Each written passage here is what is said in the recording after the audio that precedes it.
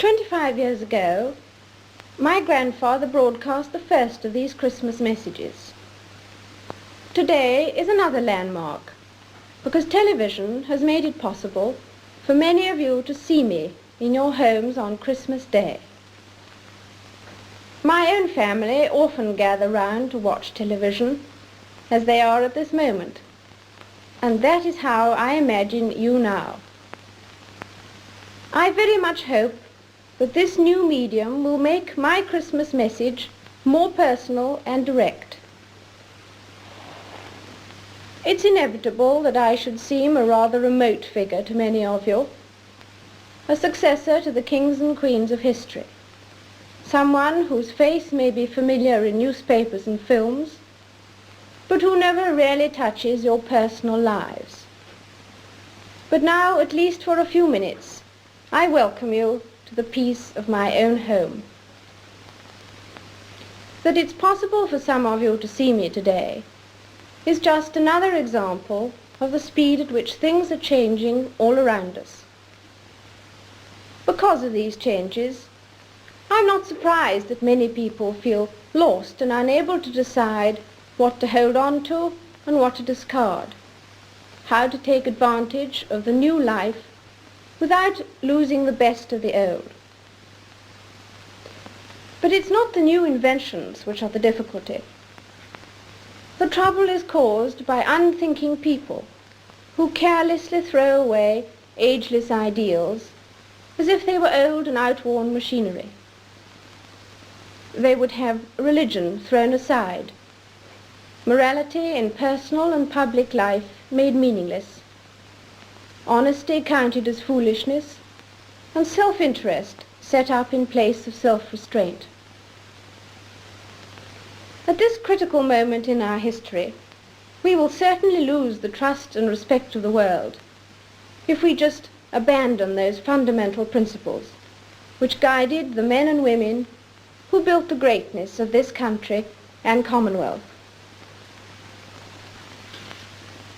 Today, we need a special kind of courage, not the kind needed in battle, but a kind which makes us stand up for everything that we know is right, everything that is true and honest.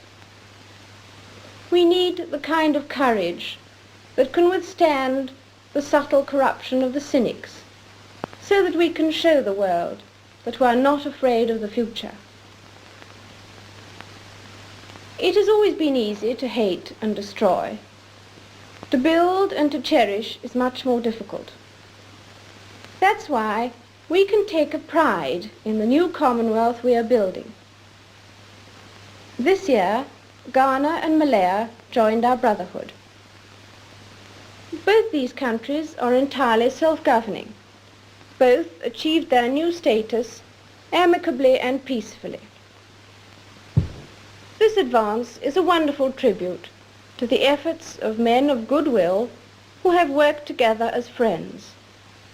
And I welcome these two countries with all my heart. Last October, I opened the new Canadian Parliament. And as you know, this was the first time that any sovereign had done so in Ottawa. Once again, I was overwhelmed by the loyalty and enthusiasm of my Canadian people. Also during 1957, my husband and I paid visits to Portugal, France, Denmark, and the United States of America. In each case, the arrangements and formalities were managed with great skill, but no one could have managed the welcome we received from the people. In each country, I was welcomed as head of the Commonwealth and as your representative. These nations are our friends, largely because we've always tried to do our best to be honest and kindly, and because we have tried to stand up for what we believe to be right.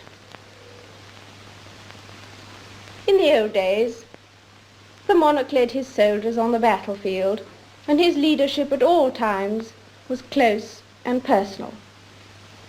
Today, things are very different. I cannot lead you into battle.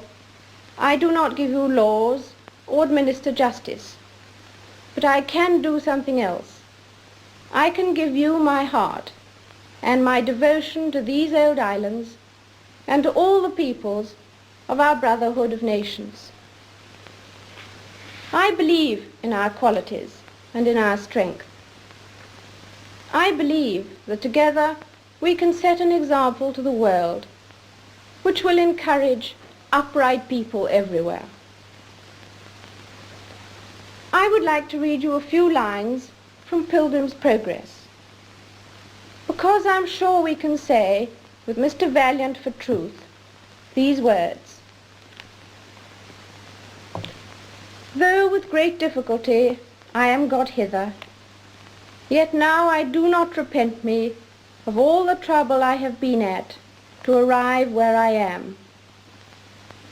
My sword I give to him that shall succeed me in my pilgrimage, and my courage and skill to him that can get it. My marks and scars I carry with me, to be a witness for me that I have fought his battles, who now will be my rewarder."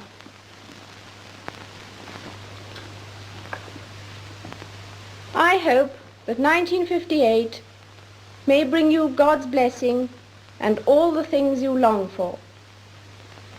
And so I wish you all, young and old, wherever you may be, all the fun and enjoyment and the peace of a very happy Christmas.